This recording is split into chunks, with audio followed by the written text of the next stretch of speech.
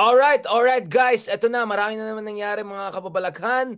Pinag-usapan natin yung mga supposed expose when it comes to the Department of Education, yung dalawang bardagulan, Team Caldero King versus Arnis King, tapos yung ito yung bardagulan na medyo nadamay-damay tayo ng konti. But now let's talk about itong mga latest revelations na nakikita natin, itong mga kaibigan ni Digong, itong mga more than isang kaibigan ni Digong. The latest one is itong kapatid ni Michael Yang na economic presidential advisor. Aminado siya na hindi talaga siya Filipino at finake niya yung yung Filipino citizenship niya at ginamit niya yung mga business investment charot to really set up POGO operations, and who knows what works from there. Sir Ronald, what is your read of that? Can this go all the way to, let's say, Bongo or Duterte or something like that? Well, itong si Tony Yang, older brother ni Michael Yang. Ibig sabihin, mas matagal siya nang dito at nag-ooperate, no? Ito si Tony Yang is much bigger than Cassandra Ong, Alice Guo, etc. combined, no? Hindi lamang dahil siya yung older brother ni Michael Yang na na-involve sa biggest POGO operations, na involved sa billions of peso na drug bust, na involved sa Parmali at economic advisor ni Digong, no? So kung titignan mo itong si Tony Yang, mukhang mas powerful ito, mas matagal na ito sa Pilipinas kesa dun sa kanyang younger na kapatid. At yung kanyang mga papeles are all fake, no? May possibility na ito yung the Godfather, no? Kung para halimbawa doon sa mga inutusang bumili ng suka katulad ni Cassandra Ong at saka ni Alice Guo. Ito yung big time, no? Ito yung big time. Ang problema rito ay mukhang ang plano yata nila is to deport.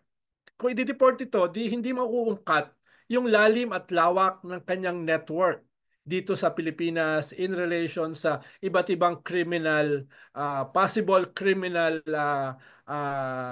allegations, no? Kaya kung ako yung gobyerno, hindi ko kagad ito i-deport. Mas uungkatin ko ng mas malalim yung kanyang involvement, no? Dahil tingin ko, from my vantage point, mas malalim ang involvement nito kesa kay younger brother niya na Michael Yang, na as it is nga ay sobrang lalim na ng ugnayan sa POGO, sa drugs, sa Duterte. corruption, at directly linked kay Digong, no? Duterte. Kaya Grabe. I saw he's the hearings, no, pinoproject bigger, ni no? Digong and Michael Yang and all of that. I mean, this is really getting serious. Hmm. Yeah, ikaw, Mark, what is your read of that? And may update ba dun sa manhunt kay Harry Roque? Kamusta ang manhunt niya? Meron ba siyang bagong vlog na nilalabas? Kanyang maalala mo kaya episode 2? Ayun. So yung Manhunt, Mr. Manhunt International, sorry, iba pala 'yun. Hindi, ang issue diyan, merong nag-file ng disbarment case kay Tatay Harry. Si Attorney Matibag. Hindi ba PDP before to? Hindi ba parang ano kay Digong Hindi itong, lang siya pero PDP, siya yung Secretary General ng PDP, no? oh, At kasama niya si Harry sa cabinet. Paano yung nagulat ako na yung Transco ginawang cabinet rank. Hindi kasi cabinet rank yan eh, pero nung panahon ni Digong ginawang cabinet rank. So fellow cabinet secretary niya si Harry Roque. Kaya ito ay talagang laglagan na. No, no? laglagan na talaga ito. So Ilan? Dahil hindi lang siya disbarment case yung tungkol doon PDP, sa Pulboronic SecGen, video. Secretary General ng PDP.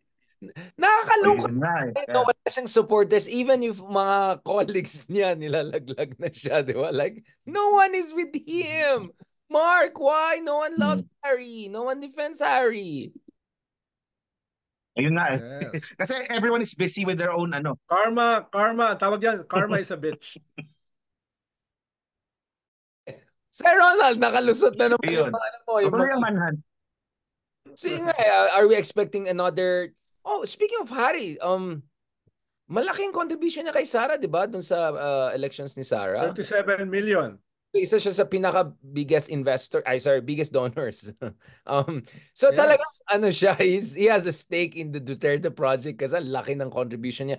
I wonder, ito ba yung sweldo niya sa UP Law? Or ito ba yung sweldo niya sa gobyerno? Saan kaya galing? Baka yun yung sahod niya, oo.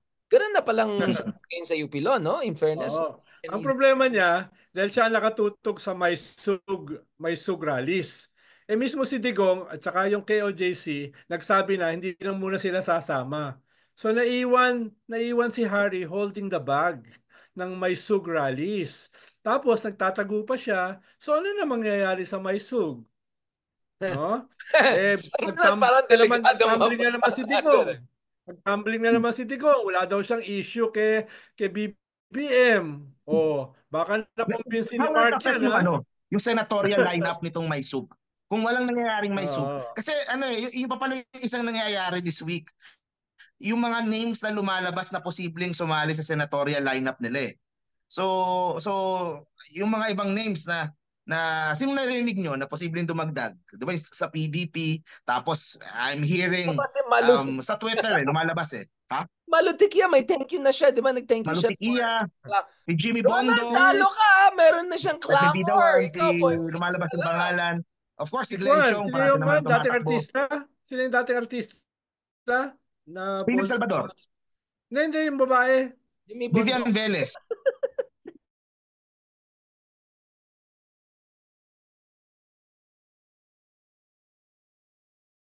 Jeez.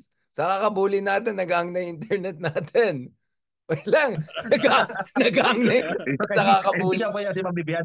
Hello, Ma'am Vivian. Kamusta? Si Atty. Topacio.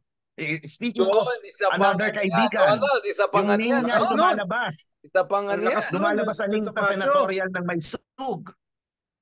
Oo. So yun pa, of course, Vic Rodriguez, di ba? Kung if he's still planning. So yun yung mga posibleng malakas pangalan yun. na magpa-file next week. Isa pang malakas yun. Vic Rodriguez, Topacio, ang lalakas nun. Si Andrew E.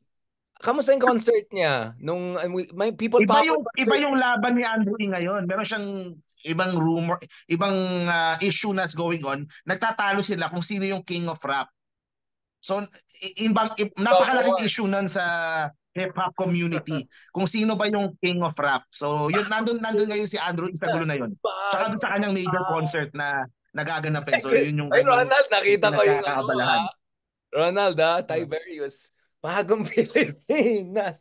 Bagong. all right. We'll stop it there kasi I'm worried we might say something and regret it for the rest of our careers. So we'll have a mini episode. Pinoprovoke mo yata ako eh. Yung sa party list next episode. Yeah, yun na. Richard. Para medyo magandang ending natin. Party list na tayo. Mamayan, Liberal, and Akbayan. Good news, good developments. Pag-usapan naman natin yan, mga kaibigan. Thank you very much. Bagong Pilipinas. Bagong. King of rap. Yeah. Uya ka siya.